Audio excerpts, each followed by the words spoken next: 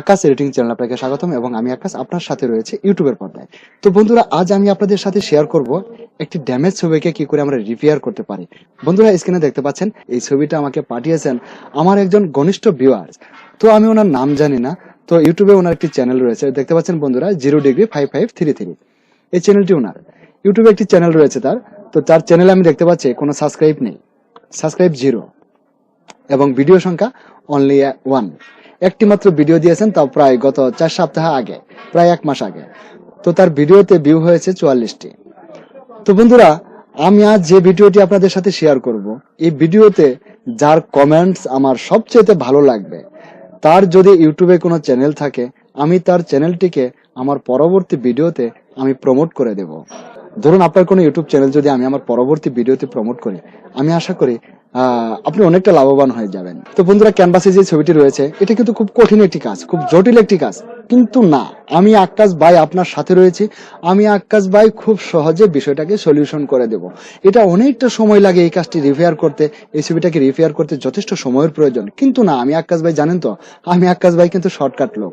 আমি খুব সহজে এবং খুব অল্প সময়ের মধ্যে আপনাদের যে টিউটোরিয়ালগুলো শেয়ার করেছি, প্রত্যেকটা টিউটোরিয়াল কিন্তু আমি খুব অল্প সময়ের মধ্যে সমাধান দিয়েছি।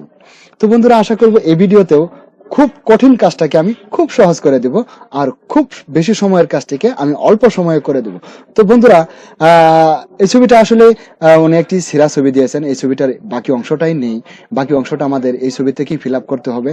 তারপর এটাকে আমাদের দেখতে হবে এই লোকটা আসলে দেখতে কেমন হয়।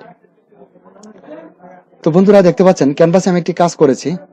এটা হয়তো আপনারা থামলাইনে দেখতে পাচ্ছেন, আর থামলাইনে দেখেই কিন্তু ভিডিওতে ক্লিক করেছেন। এখন আপনাদের দেখিয়ে দিতে হবে এই কাজটি আমি কিভাবে করেছি। তো বন্ধুরা, পেন টুল সিলেক্ট করে নিচ্ছি। পেন টুল সিলেক্ট করার পর ছবিটার ভালো অংশটুকু, এই ফেসের ভালো অংশটুকুকে আমরা কপি করে নেব।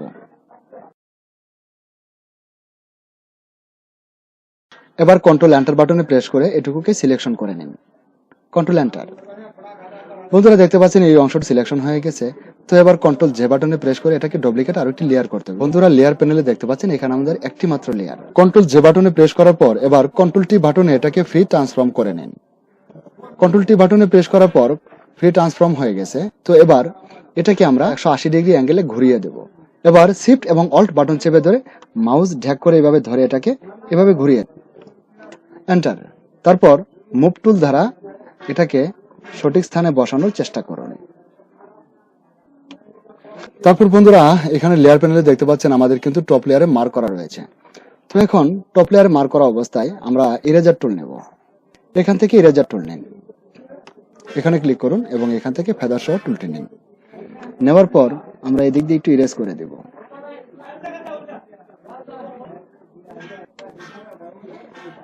তারপর আমি এখান থেকে ক্লোন স্টেম টুলটিও সিলেক্ট করে নিয়ে এই যে এখানে দেখতে পাচ্ছেন একটি তিল রয়েছে, এই তিলটাকে রিমুভ করে দেব। কারণ এই ছবির মনে হয় এই পাশে তিল রয়েছে, বাট এই পাশে তিল নেই, সেজন্য এই তিলটাকে রিমুভ করে দিলাম। তো বন্ধুরা, এখন আমরা কি করব? এখন আমরা দুটি লেয়ারকে একত্র করতে পারি। এখানে দেখতে পাচ্ছেন দুটি লেয়ার, আমাদের দুটি লেয়ারকে আমরা একত্র করব। একত্র করার জন্য কন্ট্রোল বাটন চেপে ধরে এই বাটনে প্রেস করুন। কন্ট্রোল বাটনে প্রেস করার পর বন্ধুরা দেখতে পাচ্ছেন দুটি লেয়ার আমাদের একত্র হয়ে গেছে।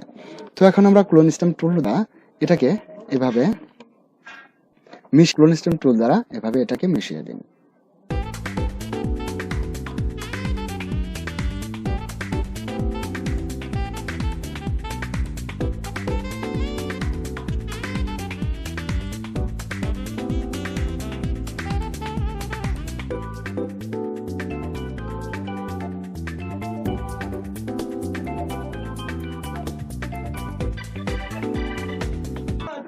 এবার কন্ট্রোল টি, তারপর এটাকে আমরা অল্ট এবং শিফট বাটন চেপে ধরে মাউস ঢ্যাক করে এভাবে এটাকে 180° অ্যাঙ্গেলে ঘুরিয়ে দেব।